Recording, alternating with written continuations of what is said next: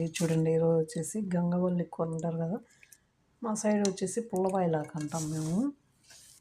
దాంతో అయితే పుల్లకూర. అది ఎలా చేశానంటే, ఈ రంజాన్ కదా, ఇందులో ఇప్పుడు వచ్చేసి ఎక్కువ వర్క్ ఉంటుంది కాబట్టి నేను షూట్ చేయలేదు. పచ్చిమిరపకాయలు, ఆ ఆకు, తర్వాత అదే గంగవల్లి ఆకు పాయిలాక అంటారు కదా, మేము వచ్చేసి పుల్లపాయిలాక అంటాము. అది వేసేసుకొని బాగా టమాటాలు బాగా పెద్ద పండ్లు వేసేసాను. కొంచెం ఉప్పు, పసుపు వేసి పొయ్యి పైన వేసేసాను అనమాట. వాటర్ అయితే నేను అస్సలు వేయలేదు, వేయకుండా పొయ్యి మీద వేసేసాను. ఆఫ్ చేసి పక్కన పెట్టేస్తున్నాను అనమాట. ఇప్పుడు టైం 7 అవుతుంది, సాయంత్రం. ఇది ఇప్పుడు ఏం చేస్తున్నాను అంటే, బాగా ఇదే మా కోవిట్లో పప్పు గుత్తి వచ్చేసి ఇదే చూస్తున్నారా, బంగాళదుంపను మ్యాచ్ చేసేది. ఇలా వేసేసుకొని కొంచెం కొత్తిమీర కూడా కట్ చేసి వేసాను ఫ్రెష్గా. వేసిన తర్వాత అయితే వెల్లుల్లి, ఆనియన్స్ కట్ చేసుకున్నాను. పోపు పెట్టేసుకుందాం, ఓకేనా. నేనైతే చింతపండు కూడా వేయలేదు, ఓకేనా.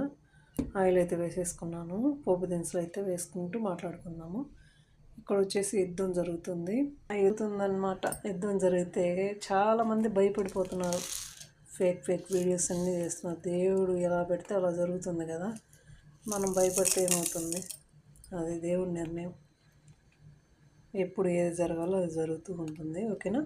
తర్వాత వచ్చేసి కడాయిలో ఆయిల్ వేసేసుకొని పోపు దినుసులు వేసేసుకున్నాను. ఇవి వేగిన తర్వాత చూడండి, కరివేపాకు, ఎండుమిర్చి అయితే వేసేసుకోవాలి. ఇప్పుడు వచ్చేసి కొంచెం ఇంగు అయితే వేసుకున్నాము. ఇది వేసి కొంచెం వేయించుకున్నాం తర్వాత ఇప్పుడు మనం వెనుపుకున్నాం కదా ఈ కూర అయితే. నేను పచ్చడి అనుకుంటున్నాను ఇది. నేనైతే పచ్చడి అనమాట. నేను వాటర్ అయితే ఏం వేయను. వాటర్ వేసామనుకో 3 రోజులు 2 రోజులు ఉంటుంది, ఓకేనా. ఇప్పుడైతే ఇందులో పోపు వేసేద్దాం. పోపు వేసేస్తున్నాను. పచ్చివాసన పోయేంత వరకు అయితే బాగా కొద్దిసేపు వేయించుకోవాలి.